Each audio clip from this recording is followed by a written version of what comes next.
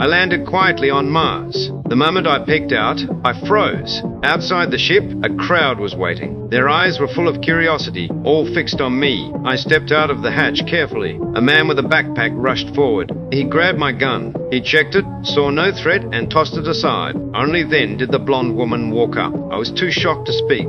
There was life on Mars. They looked exactly like humans, dressed in beautiful clothes. I shouted with excitement, proud of my discovery. I told them not to be afraid. I said my name was Mark, from Earth. They showed no reaction. I realized we couldn't speak the same language. I squatted down, drawing pictures to explain the distance between Earth and Mars. Then they spoke. I was stunned. The blonde woman said I was speaking their language, not Earth's. I was confused. The man explained it was an unconscious transfer, what Earth calls hypnosis. I admired their ability. The woman said I must be tired. They would prepare a place for me to stay. I thanked them. I didn't expect Martians to be so welcoming. Before leaving, I spoke to the blonde woman. She wasn't just beautiful. Her name was just as lovely. I admitted I couldn't help but look at her. Tina said she didn't mind. She was interested in humans too, and hoped we could talk more. My heart warmed. We said goodbye reluctantly. I thought my good days were about to start, but I didn't know a plan was already in motion. The next morning, a Martian came to get me, saying they had a big surprise.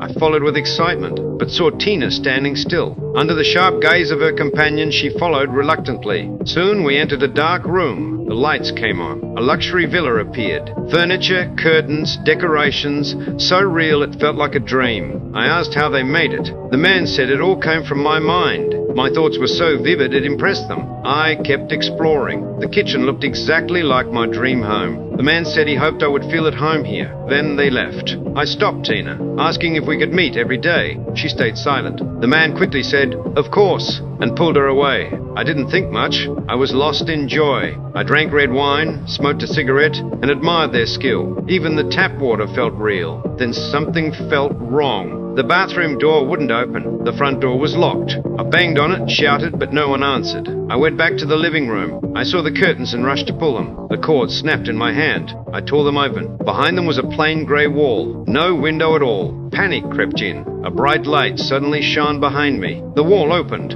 A group of Martians stood outside. Their eyes were like people watching an animal in a cage. I told them to stop this. They stepped back, their eyes dropping to my feet. I looked down. There was a sign. I picked it up. In that moment, I knew I was trapped. I looked up and saw Tina in the crowd. My heart sank. She said nothing, just turned and left. It hurt, like being abandoned completely. I shouted for them to let me out, but all I got back was silence.